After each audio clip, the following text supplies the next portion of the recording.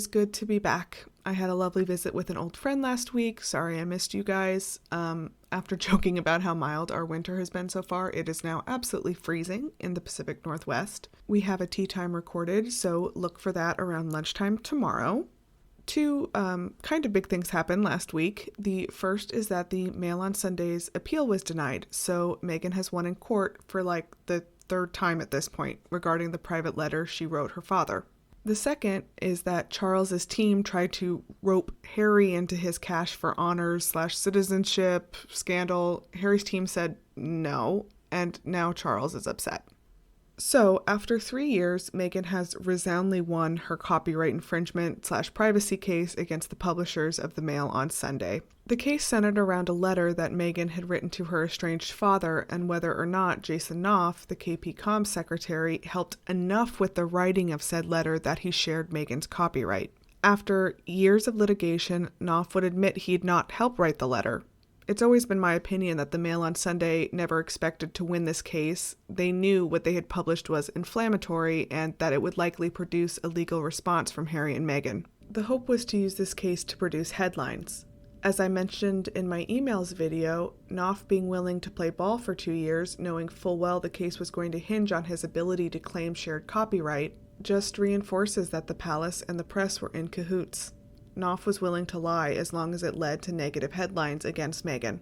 Meghan won in February, which the Mail on Sunday immediately appealed.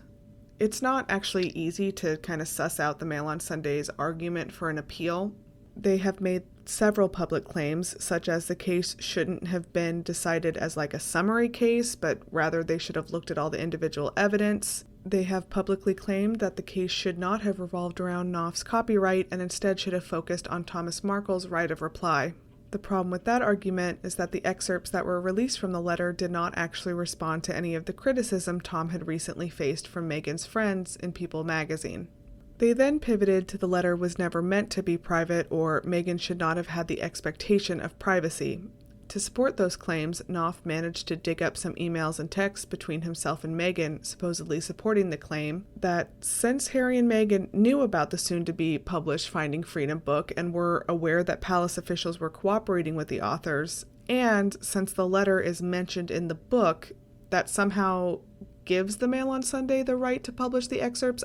I don't know on that one, guys. Meghan, of course, responded to this, quote, new evidence and pointed out it proved nothing, except that she was facing pressure from the royal family to make up with her father in order to get him to shut up, and that they had taken steps to ensure the letter remained private.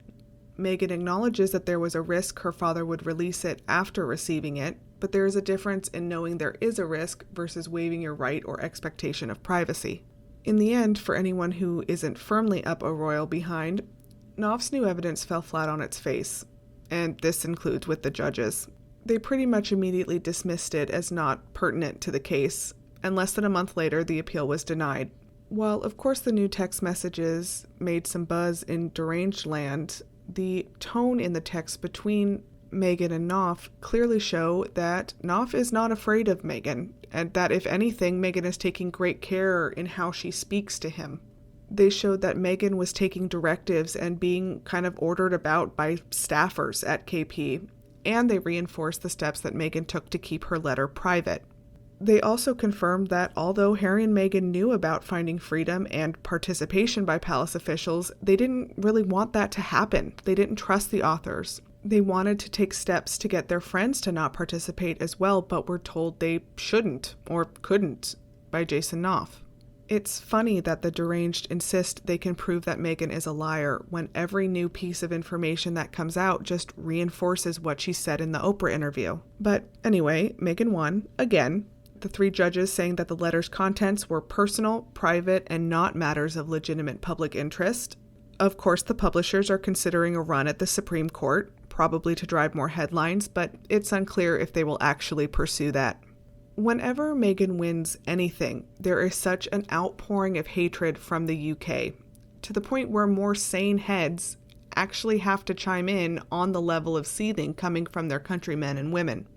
And this includes the royal family. You would think they would be cheering any win based on privacy from a member of their own family. But of course they're not, because it's Meghan.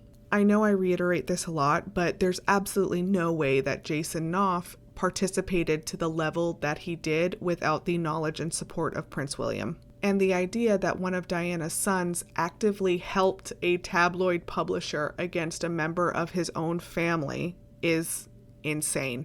The Mail will of course have to publish a front page apology in addition to financial damages. Speaking of shitty fathers, Prince Charles's cash for access, titles, citizenship, whatever scandal has been in and out of the news, and like all things royal, someone has to attempt to blame Prince Harry for it. The Sunday Times took up that charge and attempted to link Harry with the scandal. Harry's team responded with a very blunt, LOL, nice try, but no. And now, of course, Charles is sad because Harry didn't take responsibility for Charles's scandal. A friend of Charles claiming that he is disappointed with Harry's statement, which effectively threw Charles under the bus, which would make sense because it's Charles's bus. Once again, the press is of course pretending that Harry's response was completely out of left field, despite the same press trying to scapegoat him for his father's mistakes. Yet again. I say this as an American, but watching the tabloid press and the royal family not only working together, but also coming together to riff on a grown man who is refusing to play scapegoat for his father and brother, it's really fucking weird. We talk a lot about how Meghan was immediately disliked for her Americanism or the color of her skin, but I don't think we talk enough about how so much of the hatred thrown at Harry is because they feel as though he doesn't know his place, which, according to them, is squarely under the royal family's bus. I'm going to also add here that this really should have been a huge scandal for Prince Charles. It's pretty clear that he helped someone receive titles and likely citizenship in exchange for money. But no one really cares. Post Harry and Meghan's exit, the level of apathy and disinterest that the remaining senior members of the family entertain among the general public is really quite astounding. Royalty has to thread a line. They cannot be so interesting that people really pay attention, but they also cannot be so disinteresting that no one cares. For a family that's only facing funerals and a coronation of an unpopular king as its next big events for the next 10 to 20 years, this is a problem. Thanks so much for watching, guys. Like I said, we have a tea time recorded and it should be up around lunchtime tomorrow. Thanks again for all your support, especially during this weird month when I'm kind of in and out. Thanks. See you tomorrow. Bye.